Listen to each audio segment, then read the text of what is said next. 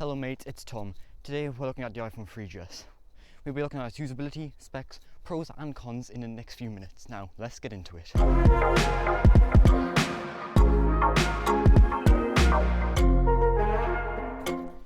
In late 2009, Phil Schiller announced the iPhone 3GS. It was a big moment for Apple. Now, the phone has sold over 35 million units and is considered a completely obsolete device, launching at $99, $199 and $299 respectively.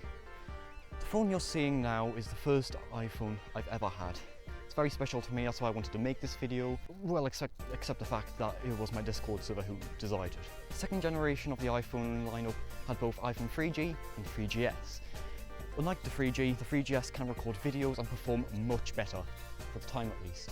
But the topic of this video is to see if it's usable in the current age. But let's see if the specs are good. The CPU is an ARM Cortex A8.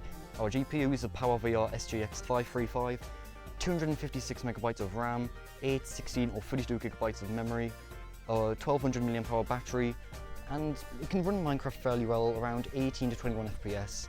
All in all, not the best, but it could be worse. Let's just say you're not a gamer and you just want a phone that's good for work or something. Well, it can call, text, send and receive emails, and if you pay for iTunes, it can even play music. So after some testing, the camera is okay, it's not good, it's low resolution. I couldn't find a way to get the pictures off, so please tell me how to do it in the comments. So let's dive into the pros and cons. I know you've been waiting. Pros include a fair battery that can last around a day or two. You can do calls, texts and emails, no problem. You can also have pretty good viewing angles depending on the lighting. It has good internet browsing, it's not the best but it's okay, and has a very nice sturdy design. It's pretty good, right? Wrong. Cons include very slow speed, a lack of applications, it doesn't have any expandable memory, quite small size, and it's got very outdated software running iOS 6. But aside from that, maybe you like it being a worthless maybe you might want one. Well, personally I think it's lacking in compatibility, but it's understandable that Apple stopped updating it. I mean, it's slow and plasticky. So my overall score is a 3 out of 10. So in 2009 it was the best phone in the world. Now in 2022 it's pretty much obsolete. I would save up for something like an iPhone 6 and this piece of shit.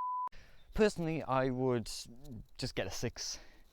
Don't get this, please don't. So my overall recommendations is just save up for an iPhone 6. Thank you for watching, see you tomorrow.